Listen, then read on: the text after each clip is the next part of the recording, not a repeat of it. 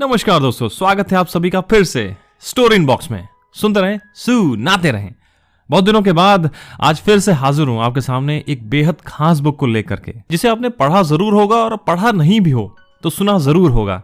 ये बुक का नाम है चाणक्य नीति, जिसकी समरी आज आप सभी के लिए लेकर मैं हाजिर हूं।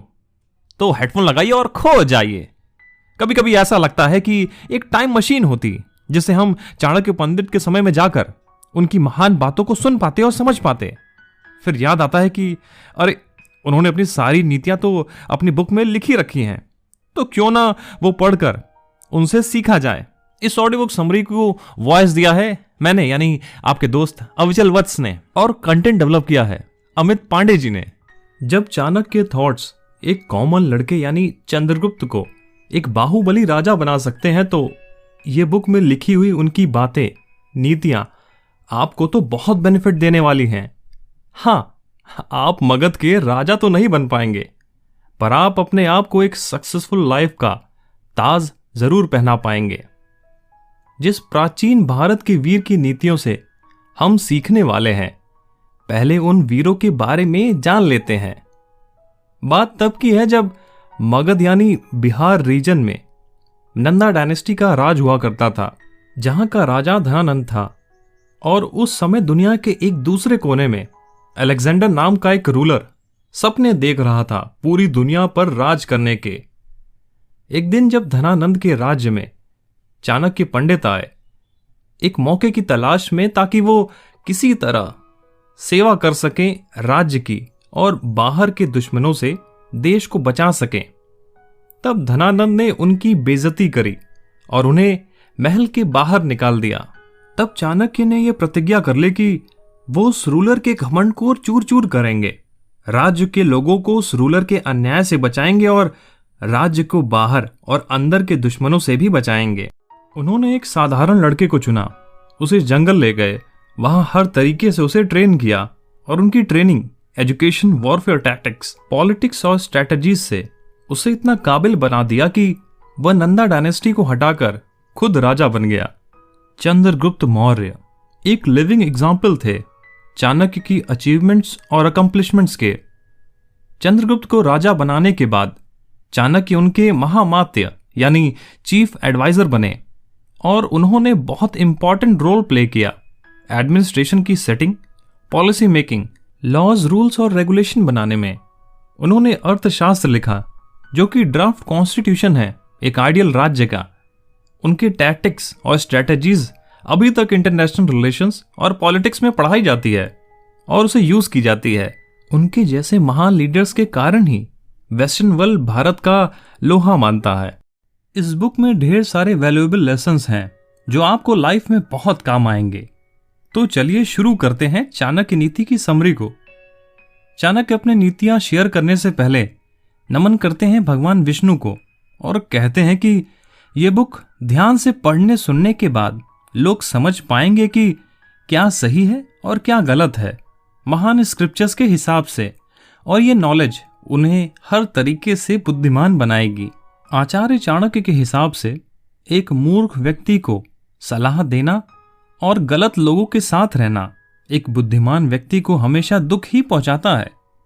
कुछ ऐसी चीज हैं जो आपको बहुत हानि पहुंचा सकती हैं, जैसे अगर आप उस घर में रहते हैं जहां पर लो मॉरल की वुमन हो, धोखेबाज दोस्त हो या बदतमीज नौकर हो। इसलिए इन लोगों से बचकर ही रहना चाहिए। मुश्किल समय के लिए और उसे डील करने के लिए आपको अपनी कमाई संभाल कर रखनी चाहिए, क्योंकि जिसके पास सेव्ड पैसे हैं वो आराम से मुश्किलों से बाहर आ सकता है। अगर पैसों को नहीं संभाला जाएगा तो हाथ से निकल जाते हैं। इसके बाद चाणक्य कहते हैं कि ऐसी जगह में नहीं रहना चाहिए जहां self respect, honour, education, means of living, family, friends, well wishers और सेल्फ डेवलपमेंट अपॉर्चुनिटीज न हो। उस जगह को छोड़कर कहीं और चले जाना चाहिए, क्योंकि life in fundamental human need के बिना कुछ भी नहीं है। ऐसी जगह जहां समृद्ध लोग, सैनिक, साधुजन, राजा, नदी और चिकित्सक ना हो, वहां रहने का फायदा नहीं है। ये सब सोसाइटी के ऑल राउंड डेवलपमेंट के लिए जरूरी है।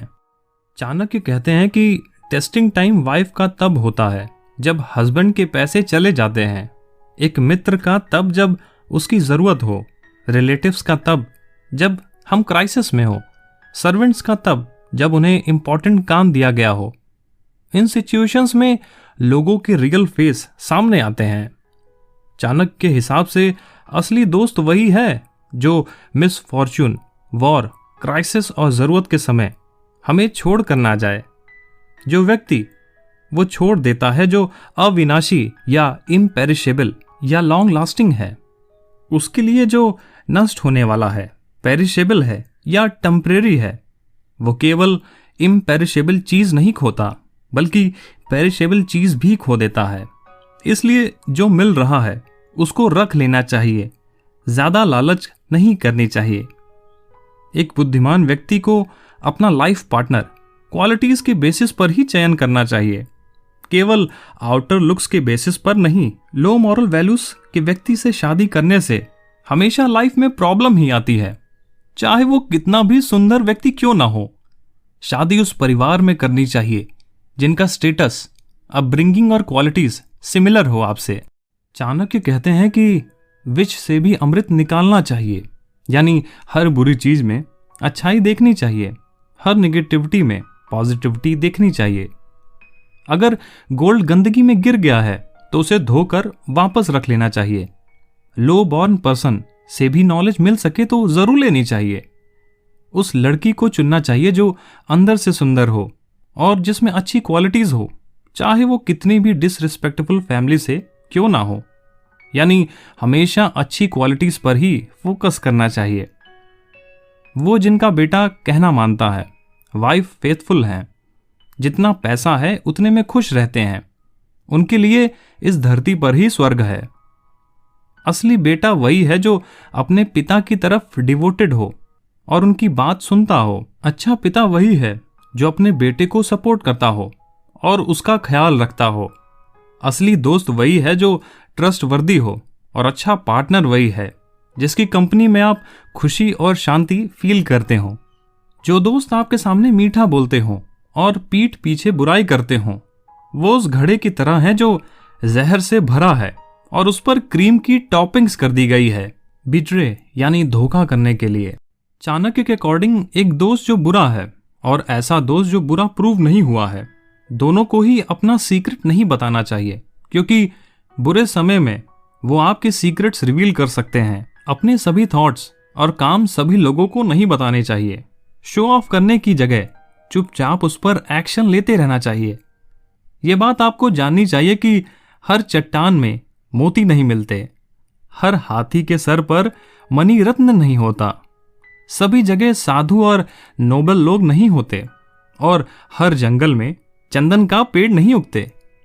रेयर चीज रेयर जगहों पर ही मिलती है, इसलिए जहां पर ये सब हो उनकी रिस्पेक्ट करनी चाहिए। चाणक्य कहते हैं कि इंटेलिजेंट लोगों को अपने बच्चों में मॉरल वैल्यूज डालनी चाहिए और हाई क्वालिटीज बढ़ानी चाहिए। उन्हें प्रोडक्टिव कामों में लगातार इन्वॉल्व करना चाहिए। जिन बच्चों को धर्म शास्त्र का ज्ञान होता है वो वेल बिहेव्ड होते हैं और फैमिली और सोसाइटी का प्राइड बनते हैं। जो पेरेंट्स अपने बच्चों को एजुकेट नहीं करते वो उनके दुश्मन होते हैं, क्योंकि अनएजुकेटेड और इग्नोरेंट लोग सोसाइटी में फिट नहीं बैठ सकते। चाणक्य इस बात पर जोर देते हुए कहते हैं कि अपना एक भी दिन ऐसा ना जाने दे जब आपने कुछ सीखा ना हो और शास्त्र नहीं पढ़े हो, चाहे उसकी एक लेटर ही पढ़ें, पर हर दिन कुछ ना कुछ जरूर पढ़ें।